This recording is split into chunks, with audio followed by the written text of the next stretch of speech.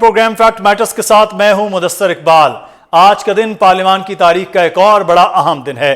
جس judicial package کو حکومت بائیں ہاتھ کا کھیل سمجھ رہی تھی، اس آئینی ترمیم نے حکومت کو دن میں تارے دکھا دیے۔ مولانا فضل الرحمان، جن کو حکومت سمجھ رہی تھی کہ منانا بہت آسان ہوگا، وہ سب سے مشکل ٹاسک بن گئے۔ رات سے وزراء کی اور حکومتی عمائدین کی مولانا فضل الرحمان کے گھر کی دوڑیں لگی ہوئی ہیں، اور دوسری جانب اپوزیشن کا وفد بھی مولانا فضل الرحمان سے مل رہا ہے۔ اس وقت ترب کا پتہ مولانا فضل الرحمان کے ہاتھ میں ہے۔ یاد رہے کہ قومی اسمبلی کا اجلاس صبح 11 بجے اور سینٹ کا اجلاس شام 4 بجے بلایا گیا تھا، جس میں اب تک تین بار تاخیر ہو چکی ہے، اور تاحال ایوان زیریں اور ایوان بالا میں اجلاس شروع ہونے کا انتظار کیا جا رہا ہے۔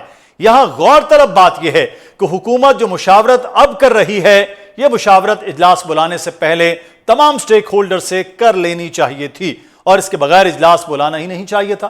حکومت اگر اصلاحات ہی کر رہی ہے تو اس کو اتنا خفیہ رکھنے کی وجہ سمجھ سے بالاتر ہے۔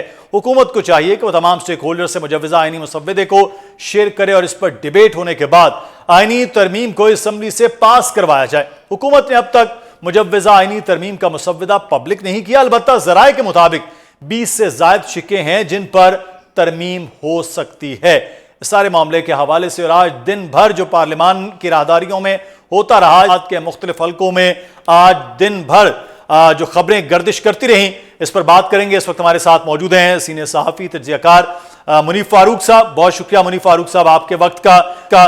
شفا یوسف زئی صاحبہ ہمارے ساتھ سینئر صحافی تجزیہ کار موجود ہیں۔ شفا آپ کا بہت شکریہ۔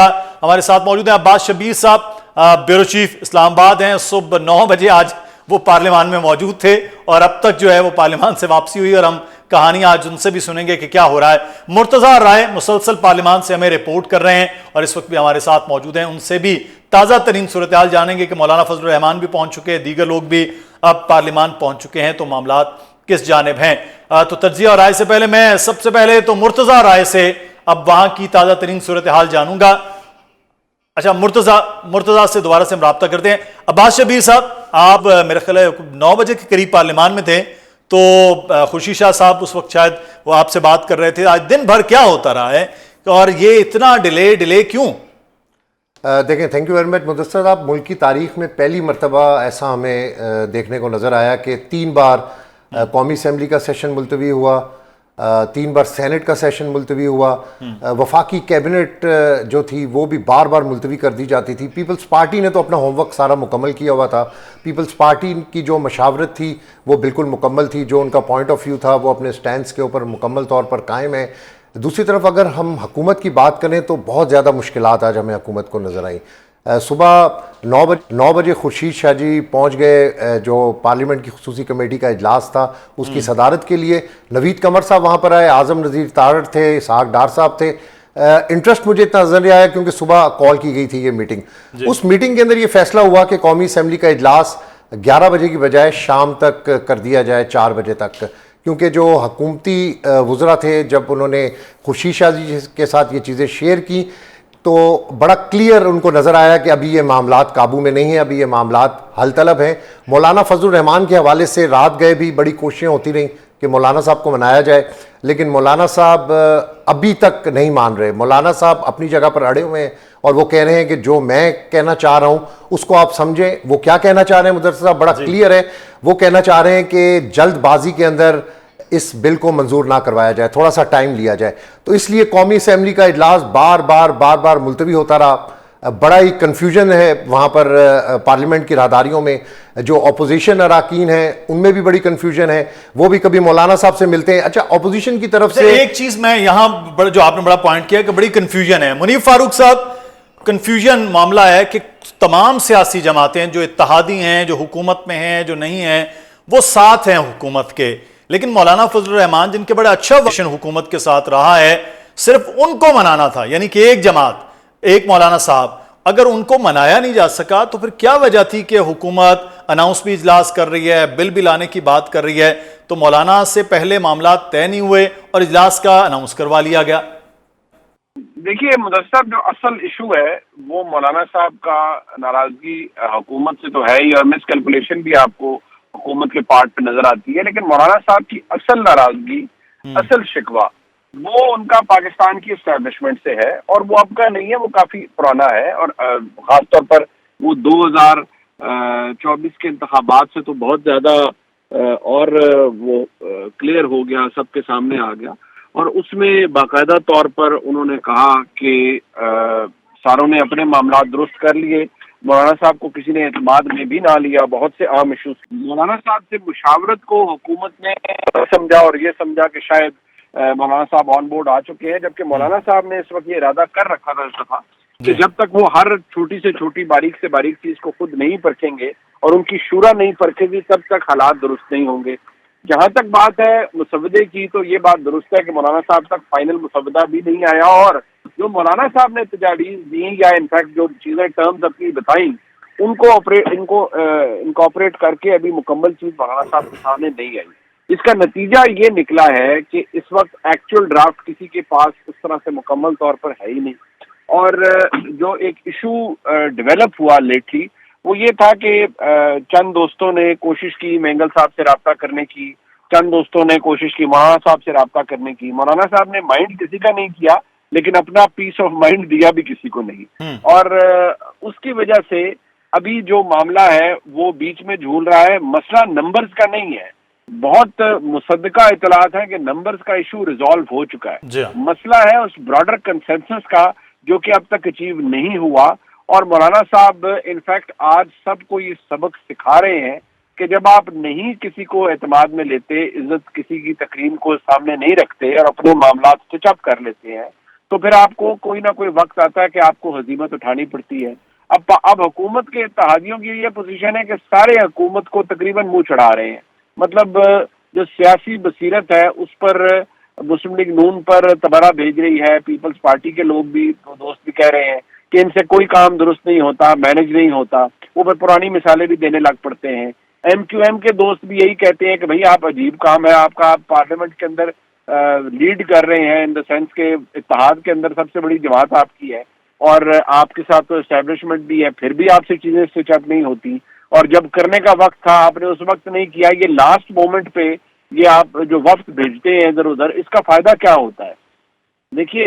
اور اس پوری صورتحال میں مولانا صاحب نے ساروں کو ایک میسج دیا ہے کہ ایک تو ان کو ہلکا نہ لیا جائے, دوسری یہ بات ہے کہ انہوں نے اب بھی یہی کہا ہے کہ چیزوں کو جلد بازی میں نہ کریں. اور اس دوران ایک دلچسپ ڈیولپمنٹ یہ ہوئی ہے کہ جناب اختر مینگل صاحب نے جن سے باقاعدہ طور پر جب رابطہ کیا گیا اور مقتدرہ کے لوگوں نے بھی کیا, تو انہوں نے کہا میری تو سمپل آرگیومنٹ ہے کہ ان لوگوں کو بازیاب کروایا جائے جو ڈسپیئرڈ ہے, مسنگ پرسنز کا جو معاملہ ہے.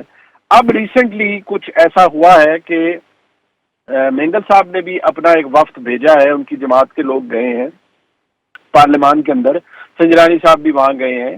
وہاں جا کر گفتگو اس حوالے سے ضرور ہو رہی ہے. سنجرانی صاحب کا جانا پارلیمان کے اندر, سنجرانی صاحب کے بڑے کلوز ٹائز ہیں پاکستان کی اسٹیبلشمنٹ کے ساتھ, تو سنجرانی صاحب کا وہاں جانا یہ کافی انڈیکیٹو ہے. لیکن میں دوبارہ کہوں گا, اب ہر کوئی دوسرے کو ان سو مینی ورڈز ایک سبق سکھا رہا ہے کہ بھئی ٹھیک ہے آپ نے ہمارے ساتھ یہ کیا, اب ضرورت پڑ گئی نا ہماری, اب آپ کو بتاتے ہیں کہ کس بھاؤ بکتی ہے. لڑائی نہیں ہے, لیکن اگلوں کو یہ احساس دلانا کہ آپ نے ہمیں بہت ہی ہلکا لیا, ہمیں کانفیڈنس میں نہیں لیا اور آپ نے ہمیں تماشا ہمارے ساتھ ایک بنائی رکھا, اپنے معاملات درست کر لیجئے. تو اب آپ کو بتاتے ہیں کہ پارلیمان ایسے نہیں چلتا, ترامیم ایسے نہیں ہوتی کہ آپ ہمارے سامنے آئیں گے اور کہیں گے کہ جی بس ہمارا ساتھ دیجئے اور ہمارے ساتھ وعدے وعید کر کے چلے جائیں گے. مولانا صاحب کی بہت سی چیزیں تو ان ترامیم کے اندر مان لی گئی ہیں, لیکن کچھ لاسٹ اس کا مطلب ہے پاکستان مسلم نون جو ہے وہ اس سارے عمل میں جب مولانا نہیں مانے, اختر مینگل صاحب کی پارٹی وہ نہیں مانی, تو نون لیگ کے لیے خاصی مشکل ہوئی. لیکن اب مولانا ایک بات کر رہے ہیں شفا کہ قوم کو خوشخبری ملے گی. اب قوم کی خوشخبری کا اناؤنس تو انہوں نے کر دیا ہے پارلیمان میں پہنچتے ہی, تو معاملات کہیں نہ کہیں کسی نہ کسی جگہ وہ حل کنسنسس کے ساتھ ہوتے نظر آئیں گے. ہماری قوم کا تو المیہ بیچاری کا یہ ہے, ایک شعر پڑھ دیتی ہوں میں آپ کے لیے, آپ کی بھی مشکل آسان ہو جائے گی اور قوم کو بھی سمجھ آ جائے گی اور مولانا صاحب کی بات کا بھی جواب مل جائے گا کہ گما تم کو کہ رستہ کٹ رہا ہے, گما تم کو کہ رستہ کٹ رہا ہے, یقین مجھ کو کہ منزل کھو رہے ہو تم. آج دنیا بھر میں ورلڈ ڈیموکریسی ڈے منایا جا رہا ہے, 15 ستمبر کو انٹرنیشنل ڈے آف ڈیموکریسی منایا جاتا ہے, اور ہم نے ادھر کیا عجیب و غریب سی سچویشن کریٹ کی ہوئی ہے. پارلیمان جو ہمارا ایک ایسا ایک لیجسلیٹو باڈی ہے کہ جہاں پر سارے بیٹھتے ہیں. ابھی 4 دن پہلے کی اگر تقریریں آپ اٹھا کے دیکھیں تو یہ سارے کیا باتیں کر رہے تھے, ساری پولیٹیکل پارٹیز کے, چاہے وہ ٹریجری بینچز پر بیٹھے ہوں یا چاہے وہ اپوزیشن میں بیٹھے ہوں, سب یہ کہہ رہے تھے بھائی مل جل کے پارلیمانی کمیٹیاں, وہ پاکستان کا پلان اور پاکستان وہ جو ہے چارٹر آف پاکستان اور چارٹر آف پارلیمنٹ, یہ تو ہی نہیں. مولانا صاحب کی ناراضگیاں بھی ختم ہو جائیں گی. منگل صاحب نے جو منیب صاحب کہہ رہے تھے وہ بات صحیح ہے کہ 2000 بلوچ مسنگ پرسنز کا انہوں نے شرط رکھی ہے. انہوں نے بھی پھر پلٹ کے نیلے پہ دیلا مارا ہے نا کہ بھائی تم لوگ بھی تو بڑے پریشان ہو کہ یہ امینڈمنٹ تو ہو جائے گی, یہ امینڈمنٹ ہو جائے گی. Numbers is not the issue, amendment ہونا از ناٹ دی ایشو. یہاں پر تو بہت کچھ ہوا نا پچھلے کچھ عرصے میں, ہم نے دیکھا. تو یہ امینڈمنٹ بھی ہو جائے گی اور اس کے بعد بھی میں آپ کو بتا دوں کہ کیا ہوگا. اس کے بعد یہ امینڈمنٹ عدالت میں چیلنج بھی ہو جائے گی. تو وہاں پر لڑائی جو ہے اس کے بعد کیری آن کرے گی. اگر کسی کا خیال یہ ہے کہ یہ امینڈمنٹ ہو جائے گی اور اس کے بعد سب ہنکی ڈوری ہوگا اور سب ہم مل جل کے ہنسی خوشی رہنے لگ جائیں گے, تو ایسا نہیں ہے. اس کے بعد تو گورنمنٹ کی, آپ اگر گورنمنٹ کی بات کریں یا ملک کی پورے کی بات کریں, پاکستان کی مسائل میں, پاکستان کی عوام کے مسائل میں مزید ملٹی پلائر افیکٹ آپ لگا کے مشکلات میں اضافہ میں تو دیکھ رہی ہوں باقاعدہ طور پہ. مطلب یہ وہ والی امینڈمنٹ ہے کہ جس کے بارے میں پتہ ہی نہیں ہے کہ کر کیا رہے ہیں, اور مولانا صاحب کو کہہ رہے ہیں کہ ہاں کر دو. یہ وہ والی شادی ہے بیسیکلی اس وقت کہ باپ بیٹی کو کہہ رہا ہے کہ تم ہاں کر دو شادی کے لیے, اور لڑکا کون ہے لڑکی پوچھے آگے سے تو وہ باپ کہے پتہ نہیں ابھی لڑکا کون آ رہا ہے. اچھا بھائی لڑکا کرتا کیا ہے, پتہ نہیں بھائی لڑکا کیا کرتا ہے. اچھا بھائی کماتا کتنا ہے, یہ بھی نہیں پتا کیا کماتا ہے. رہتا کہاں ہے بھائی, یہ بھی نہیں پتا کہ رہتا کہاں ہے. تو مولانا صاحب سے تو یہ وہ والی شادی کرنے کی کوشش کر رہے ہیں جس میں اس کو بتا ہی نہیں رہے کہ بھائی آپ نے کرنا کیا ہے. اور ہاں مولانا صاحب نے شرائط دینی ہے, وہ شرائط مان لیں گے, اس میں کوئی اتنی بڑی مسئلے والی بات نہیں ہے. جیسا کہ میں نے کہا کہ یہ امینڈمنٹ ہو جائے گی. امینڈمنٹ کے بعد کیا ہوگا یہ چیز دیکھنی ہے. یہ بڑا امپورٹنٹ آپ نے بات کی ہے کہ امینڈمنٹ ہو جائے گی لیکن چیلنج ہو جائے گا, اس پہ بھی ہم بات کرتے ہیں جی. لیکن تازہ ترین جو صورتحال ہے وہ مرتضیٰ رائے سے جانتے ہیں. مرتضیٰ آپ پارلیمان میں سب سے موجود ہیں, اب کیا سچویشنوں کا حالات نظر آ رہے ہیں, سب لوگ پہنچے ہیں, کوئی اب اجلاس واقعی شروع ہو جائے؟ بالکل مدثر صاحب, جو ابہام تھا, جو ابتدا کے حوالے سے ابہام تھا, وہ پارلیمان کی خصوصی کمیٹی ہے جس نے آج ابتدا کا جو ایک وہ جو عنصر ہے اس نے وہ شو کرنا تھا کہ یہاں سے تمام لوگ جو ہیں وہ اتفاق رائے کریں گے اور اس کے بعد آگے کا پروسیس شروع ہوگا.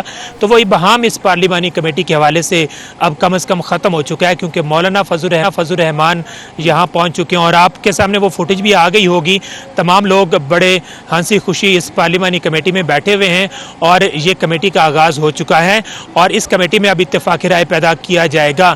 اور یہاں ہی وہ تمام قسم کی جو ترامیم ہیں, جو مجوزہ ترامیم ہے, مسودہ ہے, وہ سب ممبران کے سامنے رکھا جائے گا اور مزید 12 لوگوں کو بھی اس میں شریک کیا گیا ہے. تھوڑی دیر پہلے میں نے بتایا تھا کہ 5 مزید لوگوں کو اس میں شامل کیا گیا, ان 5 کے علاوہ مزید 12 لوگوں کو بھی شامل کیا گیا ہے. تو یہ ایک بہت بڑی کمیٹی اب بن چکی ہے اور اس میں اگر اتفاق رائے ہو گیا تو اس کے بعد کا پھر تمام تر جو پروسیس ہے وہ شروع ہوگا. لیکن اس وقت جو پارلیمان کی کمیٹی جو ہے وہ بنا لی گئی ہے, بل جو ہے وہ ٹیبل ہونے کے بعد پھر پارلیمان کی کمیٹی میں جائے گا یا نہیں جائے گا, یا پہلے یہ کمیٹی کچھ فیصلہ کر لے گی, یہ بھی بڑا ایک امپورٹنٹ. لیکن جو بات کی جا رہی تھی کہ یہ اگر ترمیم ہو بھی جاتی ہے تو چیلنج ہو جائے گی. ہم بریک کے بعد بات کریں گے کہ کیا پارلیمان کوئی قانون بناتی ہے تو یہ روایت بن جائے کہ چلا جائے سپریم کورٹ اور سپریم کورٹ اس کو لن وائڈ کر دے. بریک کے بعد بات کریں گے. وقت پارلیمانی کمیٹی کا اجلاس ہو رہا ہے اور اس اجلاس میں کیا معاملات ہوتے ہیں یہ سامنے آ رہا ہے. کچھ ذرائع خبر دے رہے ہیں کہ جو آج اجلاس قومی اسمبلی کا ہونا تھا وہ بھی شاید ملتوی ہو جائے اور یہ اجلاس کل ہو. وہ کل کی تاریخ کیا 12 بجے کے بعد ہو سکتی ہے یا واقعی کل دن نکلنے کے بعد ہوگا؟ ہم بات کر رہے ہیں مسلسل اس وقت صورتحال کیا ہے. شفا یوسف زئی ہمارے ساتھ موجود ہیں, منیف فاروق صاحب بھی اور عباس شبیر صاحب مسلسل آج پارلیمان میں موجود تھے, ان سے بھی بات کریں. شفا, ایک چیز عدالت میں آپ بات کریں کہ چیلنج ہو جائے, ایک طرف پارلیمان ہے, سب سے سپریم ادارہ ہے, آئین قانون بنانے والا وہ ادارہ ہے, اگر وہ پارلیمان کوئی قانون بنا رہا ہے تو وہاں لے جا کے سپریم کورٹ میں چیلنج کرنا, اگر وہاں کسی کو پسند ناپسند پہ معاملات ہے وہاں ختم کر دینا, یہ روایت تو پھر بڑی عجیب ہو جائے گی کہ پورا نظام تلپٹ ہو جائے, چل ہی نہ پائے. یہ جی آپ صحیح کہہ رہے ہیں, نظام تلپٹ ہو جائے, لیکن نظام تب بھی تلپٹ ہو جائے گا جب پارلیمان ہمارے عدلیہ کے ایمبٹ میں گھسے گی. اگر پارلیمان ہر چیز ایسے آرٹیکلز منظور کرا رہی ہے, ابھی ایگزیکٹلی تو نہیں پتا کہ کون سے آرٹیکلز ہیں جس میں ترمیم ہو رہی ہے. کانسٹیٹیوشنل کورٹ کا بنانا کیا انڈرمائن کرنا نہیں ہے سپریم کورٹ کو؟ لوگ یہ سوال نہیں کریں گے کہ بھئی سپریم کورٹ کی بات سنیں گے یا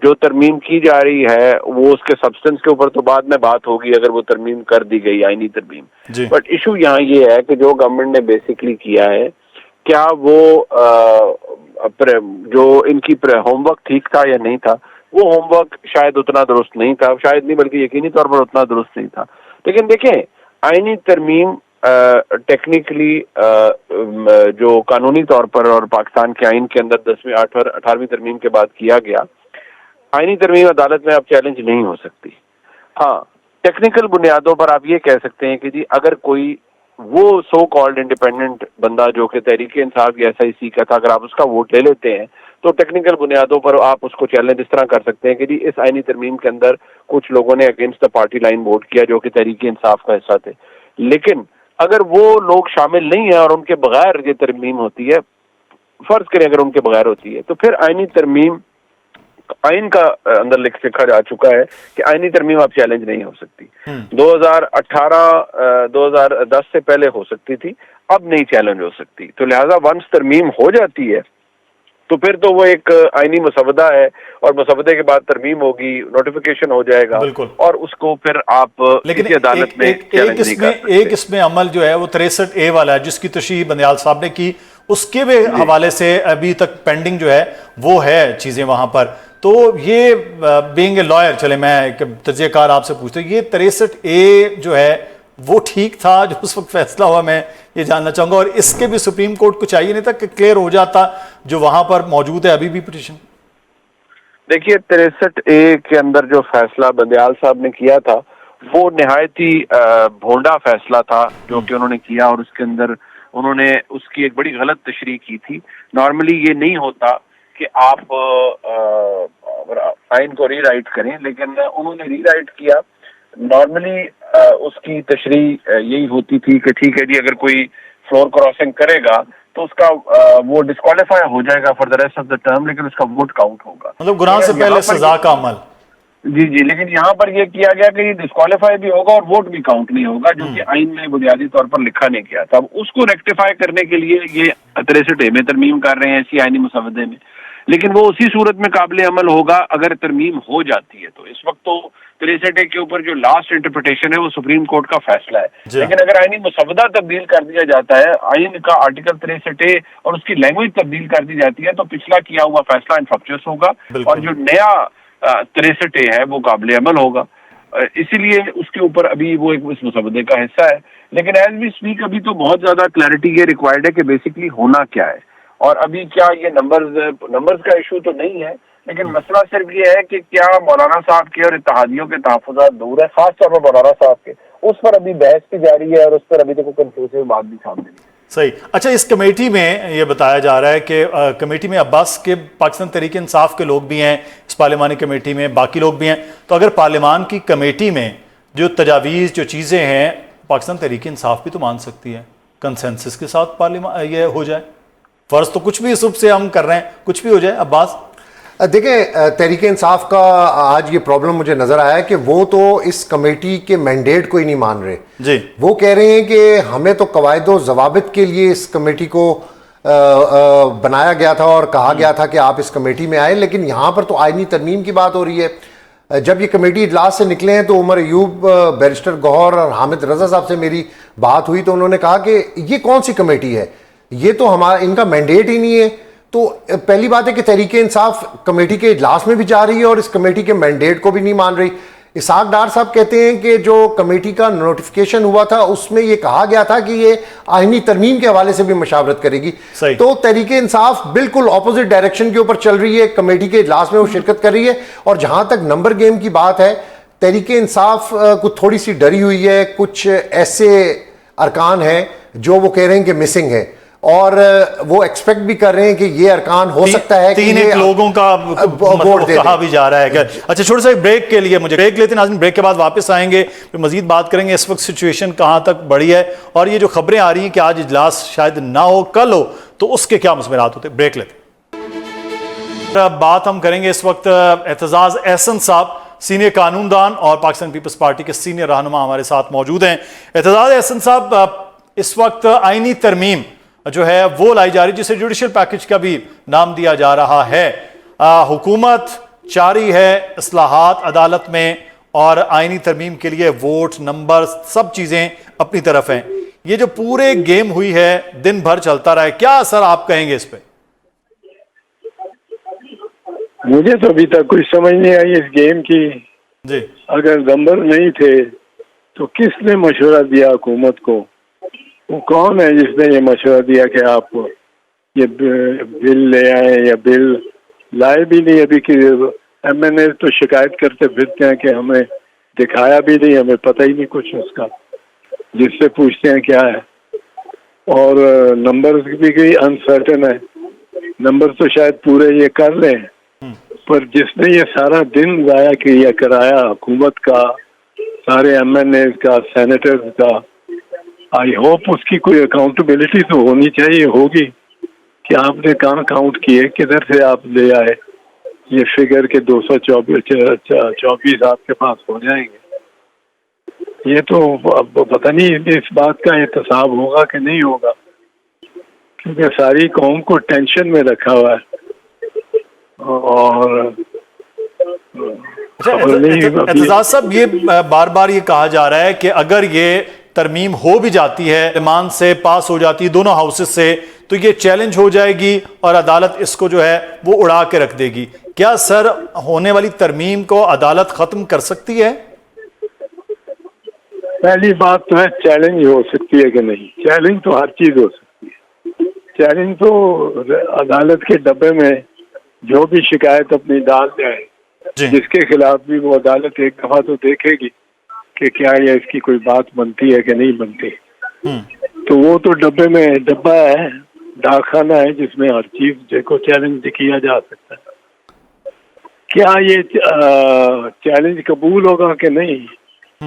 جس طرح کاروائی چل رہی ہے ابھی تک, اس میں تو میرا خیال ہے کہ چیلنج اس ترمیم کا کو چیلنج اگر اس گراؤنڈ پہ کیا جائے کہ یہ ضابطوں کے خلاف تھی اور ہمیں آخری وقت تک کوئی مسودہ ہی نہیں دکھایا گیا اور ہمیں کہا گیا کہ ووٹ دے دو اور جا کے بس, تو اس کو شاید عدالت غور کرے اس پہ کہ یہ واقعی ہوا ہے ایسے کہ ہوا کہ نہیں ہوا, اور وہ پھر یہ صحیح لا حاصل ہو جائے گی.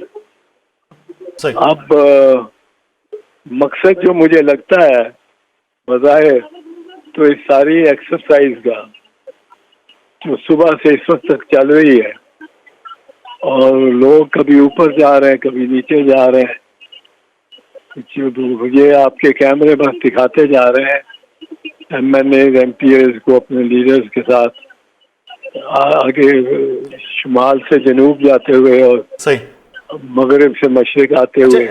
اعتزاز صاحب, یہ جو ابھی ایک چیز ہے اس میں 51 ہے, 63 ہے, 175, 187, 195, یہ کچھ چیزیں سامنے آ رہی ہیں کہ اس میں ترامیم جو ہیں وہ شامل ہیں, شکیں جو ہیں اس میں. ساتھ ہی ساتھ ایک سپریم کورٹ کے پیرالل ایک عدالت کی بھی بات ہو رہی جو آئینی مقدمات دیکھے گی.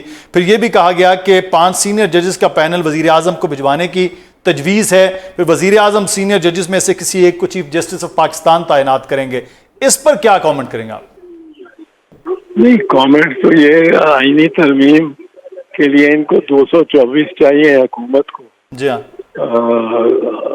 اس میں نیشنل اسمبلی میں, جی ہاں, اور میرے خیال 62 کے 63 چاہیے 64 سینٹ میں, جی کہ 66 چاہیے. 64 اگر وہ نمبر ہو جاتے ہیں تو پھر تو وہ کر لیں گے. صرف ان پہ کانڈکٹ اینڈ ڈیو پروسیس کا اعتراض آ سکے گا شاید, کہ جی انہوں نے بتایا نہیں. یہ جو انہوں نے سب کسی کو بھی پتہ نہیں اس وقت کہ کیا ترمیم میں آ کیا رہا ہے, اس پہ ڈسکشن ہونی چاہیے. 18ویں ترمیم پہ جو پاکستان پیپلز پارٹی نے کی تھی, ایک کمیٹی بنی تھی 29 دونوں ہاؤسز سے 29 سینئر ایم این اے اور سینئر سینیٹر, جس کی سربراہی رضا ربانی کر رہے تھے سینیٹر, اور جس میں ایس ایم ظفر جیسے زیرک وکلاء تھے. اور وہ 29 کی کمیٹی نے اس کو ڈسکس کیا تھا, کوئی 6 مہینے ڈسکس کیا تھا ایک ایک شک کو ادھر اعظم تارڑ صاحب پھیر رہے ہیں اور کسی کو انہوں نے بتایا ہی نہیں کہ کیا ہے قانون ہے کیا. مجھے نہیں پتا ابھی تک, میں اس پہ کیا کامنٹ کر سکتا ہوں. صحیح. اعتزاز صاحب کو کیسے پتا ہوگا؟ وہ تو خود یہ کہہ رہے ہیں مجھے مسودے کی کاپی مل گئی. کون کہہ رہے ہیں؟ یہ اعظم نذیر تارڑ صاحب یہ کہہ رہے ہیں کہ مجھے مسودے کی کاپی مل گئی. شفارس کر اعظم نذیر تارڑ صاحب نے کہا ہے. جی اعظم نذیر تارڑ صاحب کے حوالے سے کہا جا رہا ہے, وہ کہہ رہے ہیں کہ میرے پاس اب مسودے کی کاپی آ گئی ہے, یہ ان سے کوٹ کیا جا رہا ہے. اچھا, پھر کوئی پیچھے بیٹھا ہوا ہے جنہوں نے جو ان پہ زور دے رہا ہے جی کہ آپ یہ پاس کریں. یہ تو اس گراؤنڈ پہ ہی شوٹ ڈاؤن ہو جائے گی یہ امینڈمنٹ. مجھے تو یہ حیرت ہے ذرا ہوتی ہے کہ یہ سارا کام بظاہر ہو رہا ہے صحیح پارلیمان کو امپاور کرنے اور زیادہ با اختیار کرنے کے لیے. اس پارلیمان کو جس کو بالکل تاراج کیا گیا ہے, وہ 4 دن پہلے جب لوگ سفید کپڑوں میں لوگ بوٹوں والے وہ آ کے 4-5 MLA کو سر اس وقت جو ہے وہ بالکل یہ پارلیمان کا جو ہے تقدس بھی برقرار اور پارلیمان میں ہونے والی ترامیم جو ہے وہ بھی بڑی اہم. بہت شکریہ اعتزاز ہمارے ساتھ موجود تھے, پاکستان پیپلز پارٹی کے رہنما اور سینئر قانون دان. شفا یوسف زئی, منیف فاروق اور بادشاہ شبیر, آپ کا بہت شکریہ, آپ ہمارے ساتھ موجود تھے. پروگرام سے مدثر اقبال کو اجازت دیجیے. اللہ حافظ.